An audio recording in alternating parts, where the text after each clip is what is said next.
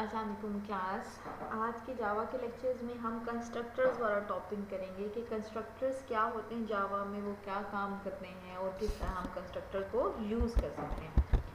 Okay, a constructor is a procedure for creating object of the class. Constructor जो है वो इसलिए use होते हैं जावा में कि वो जो आपका ऑब्जेक्ट होता है उसको इनिशियलाइज करते हैं। बेसिकली आपने क्लास का कोई भी ऑब्जेक्ट जो है वो क्रिएट किया है, उस ऑब्जेक्ट को इनिशियलाइज कराने के लिए, उसको कोई वैल्यू असाइन करने के लिए हमारे पास क्या होते हैं, कंस्ट्रक्टर्स क्रिएट किए जाते हैं। Is a procedure for creating the object of the class, यानी कि क्लास के ऑब्जेक्ट क्रिएट करने के लिए कंस्ट्रक्टर एक ऐसा प्रोसीजर है जो कि क्लास के ऑब्जेक्ट क्रिएट करता है और उन ऑब्जेक्ट्स को इनिशियलाइज करता है। Constructors do not have a return type and they do not return a value. Constructor की कभी भी रिटर्न टाइप एग्जिस्ट नहीं करती। आप कोई भी कंस्ट्रक्टर क्रिएट करें, आइदर वो डिफ़ॉल्ट कंस्ट्रक्टर हो या कि पैरामीटराइज्ड कंस्ट्रक्टर हो, दोनों में से कोई भी कंस्ट्रक्टर आप क्रिएट करें उसकी कभी भी डाटा टाइप नहीं होगी पीछे रिटर्न टाइप, यानी कि उसके पीछे इंटीजर या डबल या फ्लोट कोई भी रिटर्न टाइप नहीं होगी और वो कोई भी वैल्यू जो है वो रिटर्न नहीं करता। और constructor in a class having the same name of a class. जब भी आपने कभी भी क्लास का कंस्ट्रक्टर क्रिएट करना है बेटे, तो उसमें आपने जिस नाम से अपनी क्लास क्रिएट की होती है हमेशा उसी नाम से आपने क्या करना होता है, कंस्ट्रक्टर क्रिएट करना होता है। अब कंस्ट्रक्टर के पास पैरामीटर्स यानी कि आर्ग्यूमेंट्स हो भी सकते हैं और विदाउट आर्ग्यूमेंट भी आप कंस्ट्रक्टर क्रिएट कर सकते हैं। ओके, किस तरह कंस्ट्रक्टर क्रिएट करते हैं, उसका बेसिक सिंटैक्स क्या होता है। हमेशा आपने सबसे पहले मॉडिफायर देना होता है और हमेशा कंस्ट्रक्टर के साथ कौन सा मॉडिफायर यूज़ होता है, मोस्टली वॉइड। इंटीजर या डबल या फ्लोट बहुत जो होता है कम यूज़ होता है, क्योंकि कंस्ट्रक्टर का हमें पता है कोई रिटर्न टाइप नहीं होती। और वॉइड ऐसा ही मेरे पास मॉडिफायर है जो कुछ भी रिटर्न नहीं करता, इसलिए हमेशा जब भी आपने कंस्ट्रक्टर क्रिएट करना है उसके साथ मॉडिफायर वॉइड लगेगा, इसके पीछे इंटीजर फ्लोट आप नहीं लगाते। ओके, उसके बाद नेम ऑफ द क्लास। आपने मॉडिफायर लिख के जो भी आपका क्लास का नाम है उसी क्लास के नाम से आपने सेम कंस्ट्रक्टर बनाना होता है और मर्जी आप कंस्ट्रक्टर में पैरामीटर्स पास करें या ना पास करें, और इसके बाद कंस्ट्रक्टर की कोई बॉडी है। ओके, सिंपलेस्ट एग्जांपल है, मैंने एक क्लास की है क्रिएट किसकी, बुक की। किस तरह लिखा है, पब्लिक क्लास बुक। इस वाली लाइन में क्या कर दी है, एक बुक की क्लास क्रिएट करनी है। इसके अंदर मैंने एक वेरिएबल इनिशियलाइज कराया जिसका नाम क्या रखा है, बुक नेम, और उसकी डाटा टाइप क्या है, स्ट्रिंग। अब ये वेरिएबल सिर्फ डिक्लेयर किया, इसको कोई वैल्यू असाइन नहीं की, इसका क्या मतलब कि इसको इनिशियलाइज नहीं किया, सिर्फ डिक्लेयर किया गया है। इसको गौर से देखो, क्या लिखा हुआ है, मॉडिफायर पब्लिक, प्राइवेट या जो भी आप रखना चाहते हैं। उसके बाद आपके पास क्या लिखा हुआ है, name of class. This is actually constructor का। जब भी आप नेम ऑफ क्लास से कोई भी मेथड क्रिएट करते हैं वो मेथड एक्चुअल आपका क्या होता है, कंस्ट्रक्टर होता है, और उसके पीछे आप पब्लिक प्राइवेट जो भी एसएस मॉडिफायर लगाना चाहते हैं वो लगा देते हैं, मगर इसके पीछे कोई भी रिटर्न टाइप नहीं होती। वॉइड, इंट, फ्लोट, डबल, कोई भी आप इसके पीछे रिटर्न टाइप नहीं लगाते, सिर्फ मॉडिफायर लगाते हैं पब्लिक या प्राइवेट का। सॉरी, लास्ट लाइन में मैंने आपको वॉइड कहा, दिस इज बेटे modifier not return type. Modifier is private, public और प्राइवेट, पब्लिक और स्पेसिफाइड। इसके अलावा तीसरा सॉरी क्या था, जिसके हम लिमिटेड एक्सेस प्रोवाइड करते हैं, प्रोटेक्टेड। इन तीनों में से आप कोई भी लगा सकते हैं। ओके, इसके बाद इस कंस्ट्रक्टर में आपकी मर्जी, आप कोई पैरामीटर पास करना चाहते हैं या नहीं पास करना चाहते हैं। आप एम्प्टी कंस्ट्रक्टर भी बना सकते हैं और विद पैरामीटर्स भी बना सकते हैं। हमने ये जो एग्जांपल दी है बुक की, इसमें हमने एक आर्गुमेंट पास किया, उसका नाम क्या है, इनपुट नेम, और उसकी डाटा टाइप क्या है, स्ट्रिंग। अब बुक नेम जो कि मैंने वेरिएबल इनिशियलाइज कराया था स्ट्रिंग का, उसको किसके इक्वल कर दिया मैंने, कंस्ट्रक्टर की बॉडी के अंदर, जो यहाँ पर भी मैं बुक का नाम दूंगी, for example data structures and algorithm, और इसको बुक नेम के इक्वल कर दूंगी। तो बुक नेम किससे इनिशियलाइज हो जाएगा, उस वैल्यू से इनिशियलाइज हो जाएगा जो वैल्यू में रन टाइम पे एंटर करूँगे।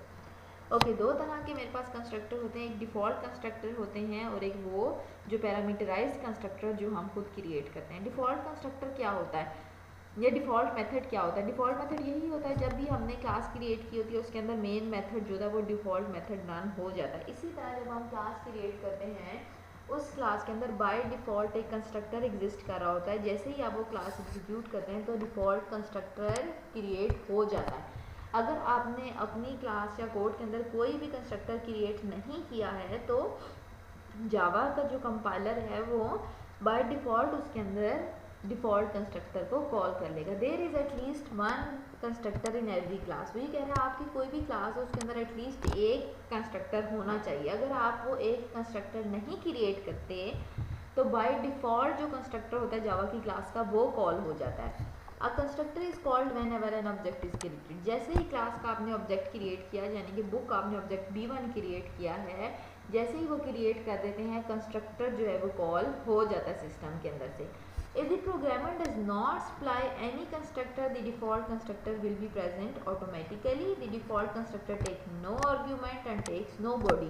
क्या कह रहा है कि अगर क्लास के अंदर किसी भी यूज़र ने कोई भी कंस्ट्रक्टर नहीं क्रिएट किया है तो सिस्टम जो है वो डिफ़ॉल्ट कंस्ट्रक्टर को कॉल कर देता है जैसे ही ऑब्जेक्ट क्रिएट होता है। डिफ़ॉल्ट कंस्ट्रक्टर की दो चीज़ें याद रखने वाली, एक तो ये कि उसके पास कोई आर्ग्यूमेंट नहीं होता और सेकंड ये कि उसकी कंस्ट्रक्टर की बॉडी भी नहीं होती।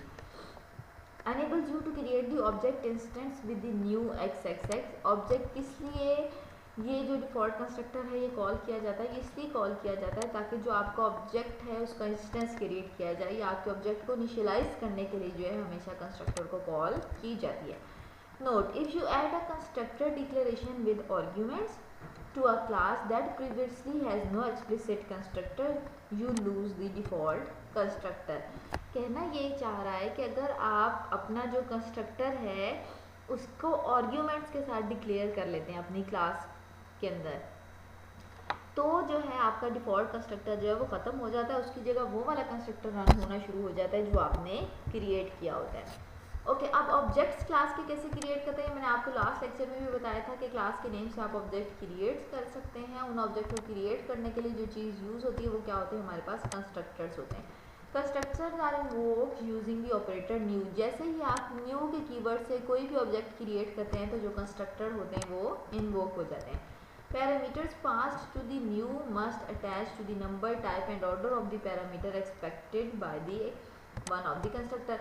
जब न्यू पैरामीटर के साथ आप कोई भी वैल्यूज़ पास करते हैं, ये जो पैरामीटर्स पास करते हैं ये आपके वही होने चाहिए जो आपके कंस्ट्रक्टर के होते हैं। सपोज ये आपको एक एग्जांपल दी हुई है, हमने क्लास किसकी बनाई है, फ्रैक्शन की एक क्लास बनाई है, उसके अंदर हमने एक ही कंस्ट्रक्टर बनाया है। कंस्ट्रक्टर की रिटर्न टाइप क्या है, पब्लिक। और कैसे पता लगा ये कंस्ट्रक्टर है, क्योंकि इसका और क्लास का नेम जो है वो दोनों सेम है। जब क्लास के सेम नेम से कोई भी मेथड बन जाता है तो एक्चुअल मेरे पास क्या होता है, कंस्ट्रक्टर हो जाता है। या मेरे पास क्या है, फ्रैक्शन का कंस्ट्रक्टर है और इसके अंदर एक वेरिएबल मैंने पास किया हुआ है इंटीजर टाइप का और उसकी वैल्यू क्या है, n। इसके अंदर दो मैंने वेरिएबल डिक्लेयर किए, नंबर को किसके इक्वल कर दे, n के, और डिनोमिनेटर को हमेशा किसके इक्वल कर दे, 1 के। न्यूमिनेटर को इस नंबर के इक्वल कर दे जो भी यूज़र एंटर करेगा।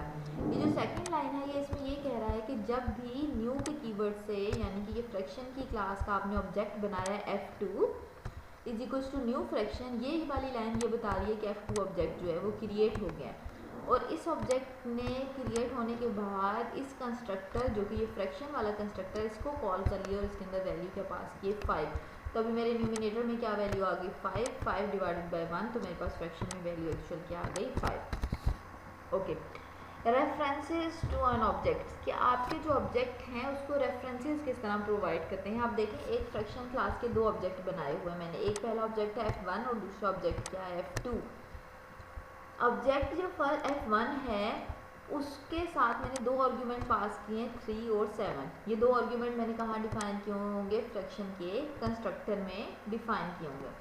फिर मैंने f2 ऑब्जेक्ट जो है वो किसके इक्वल कर दिया, f1 के इक्वल कर दिया। अब ये जैसे ही फ्रैक्शन का ऑब्जेक्ट है इसने क्या किया, न्यूमिनेटर को मैंने बताया था n के इक्वल कर देना, वो n के इक्वल कर दिया, और डिनोमिनेटर को d के इक्वल कर दिया। तो न्यूमिनेटर में 3 वैल्यू आ गई और डिनोमिनेटर में 7 वैल्यू आ गई। अब ये तो फ्रैक्शन नंबर 1 के लिए हो गया कंप्लीट, मगर फ्रैक्शन 2 को उसने फ्रैक्शन 1 के इक्वल कर दिया, यानी ऑब्जेक्ट 2 जो है उसके पास सेम वही वैल्यू आ जानी चाहिए जो फ्रैक्शन 1 यानी ऑब्जेक्ट नंबर 1 के पास है। तो ये दोनों इसी एक एड्रेस को, एक ही वैल्यूज़ को पॉइंट करें।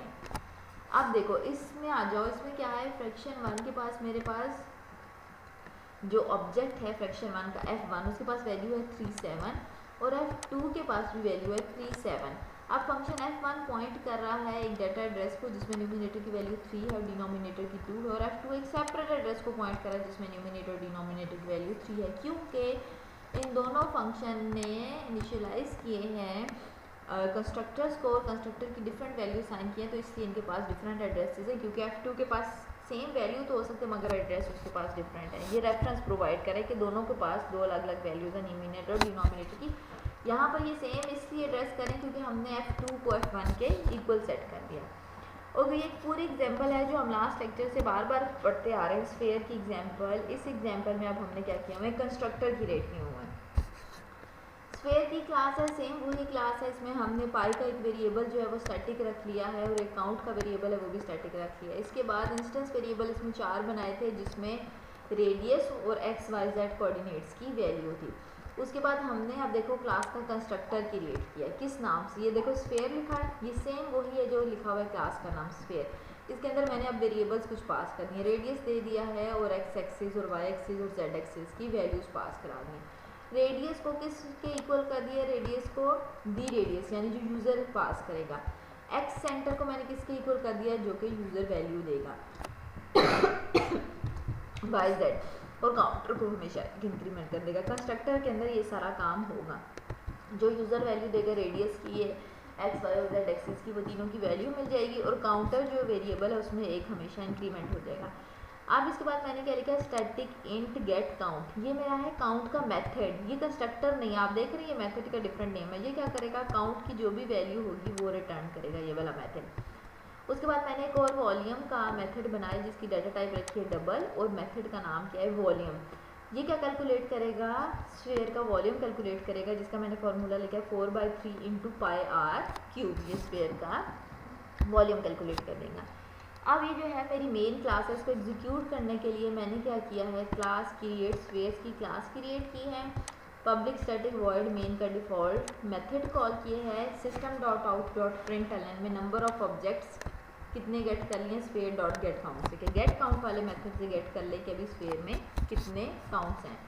फिर उसके बाद sphere ball is equal to new sphere. अब ये क्या किया है, बॉल जो है ऑब्जेक्ट क्रिएट किया है स्फीयर क्लास का और उसके अंदर क्या वैल्यूज पास करनी है, 4000। ये जो आया है बॉल ऑब्जेक्ट, इसने क्या किया, इस कंस्ट्रक्टर को गेट कर लिया है। जैसे ही हमने बॉल का ऑब्जेक्ट क्रिएट किया, इस कंस्ट्रक्टर में 4 चीज़ें पास करनी थी, हमने रेडियस पास करना था और एक्स वाई और जेड एक्सिस की वैल्यू पास करनी थी, यही 4 चीज़ें पास की हुई हैं।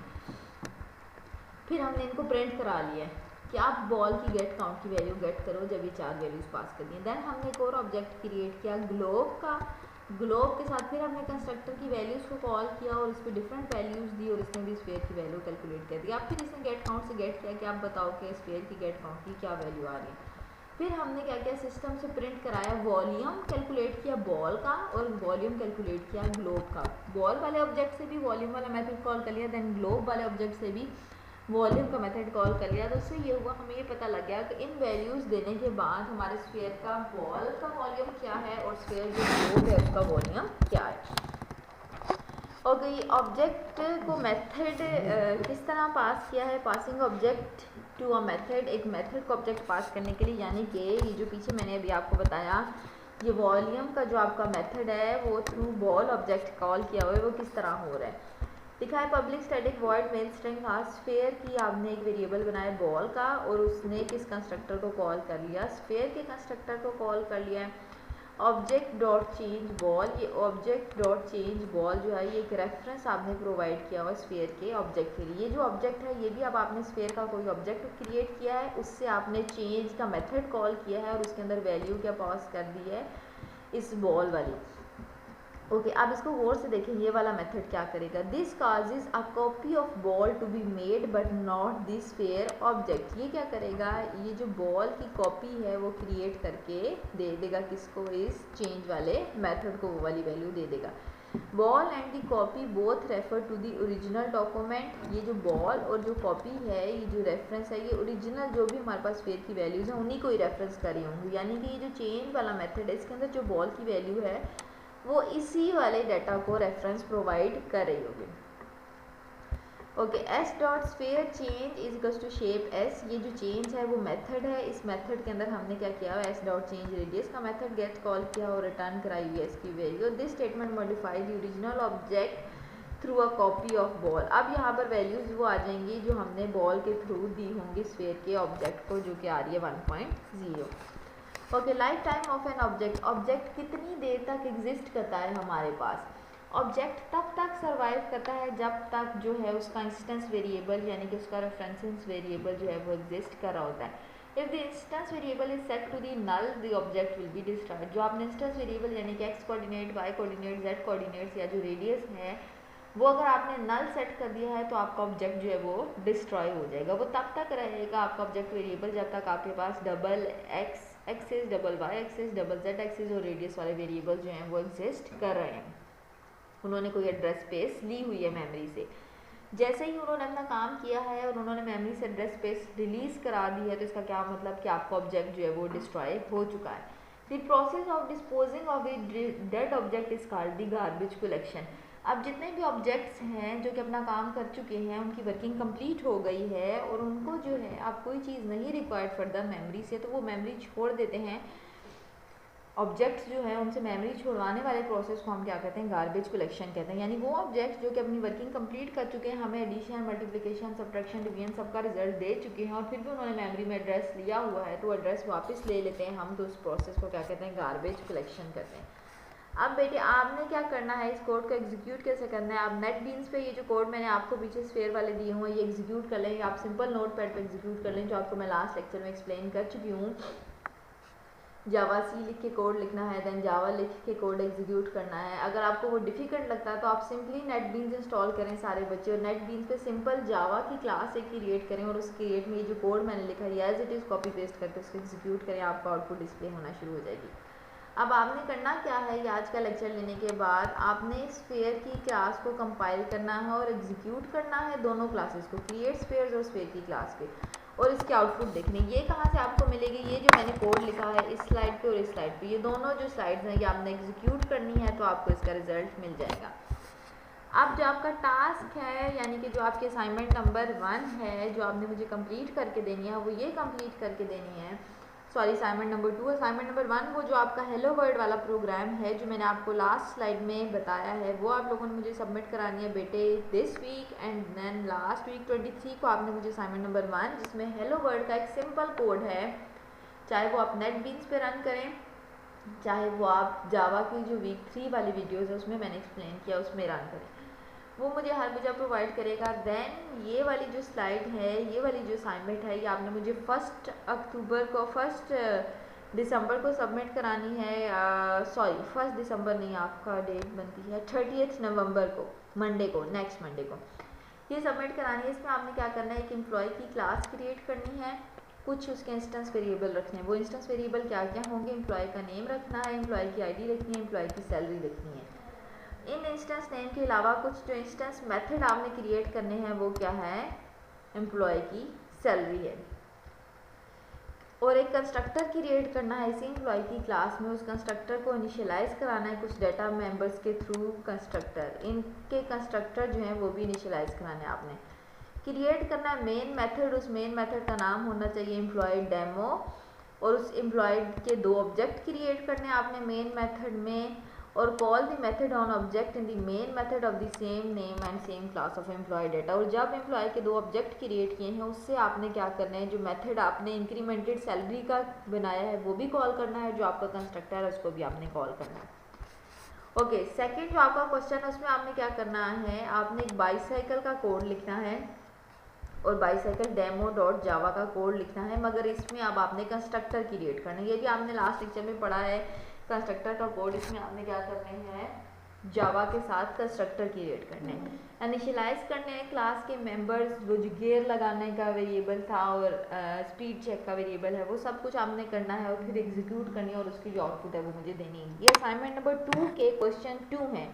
और असाइनमेंट नंबर 1 जो वीक नंबर 3 और वीक नंबर 2 में जो हमने कोड किया है जिसमें हेलो वर्ल्ड वाला सिंपल कोड रन करना है जावा में या सिंपल नोट पैड पे या नेट बीन्स पे, वो वाला कोड आपने मुझे रन करके देना है असाइनमेंट नंबर 1 में। असाइनमेंट नंबर 1 की डेडलाइन की डेट 23 है एंड असाइनमेंट नंबर 2 की जो डेट है वो आप लोगों की डेट है 30 नवंबर है, वो आप लोगों ने मुझे कंप्लीट करके देनी है। This is all about constructor lectures. किसी बच्चे को कोई कन्फ्यूजन है तो आप लोग ऑनलाइन क्वेश्चन आंसर सेशन में मुझसे पूछ सकते हैं। थैंक यू, अल्लाह हाफिज़।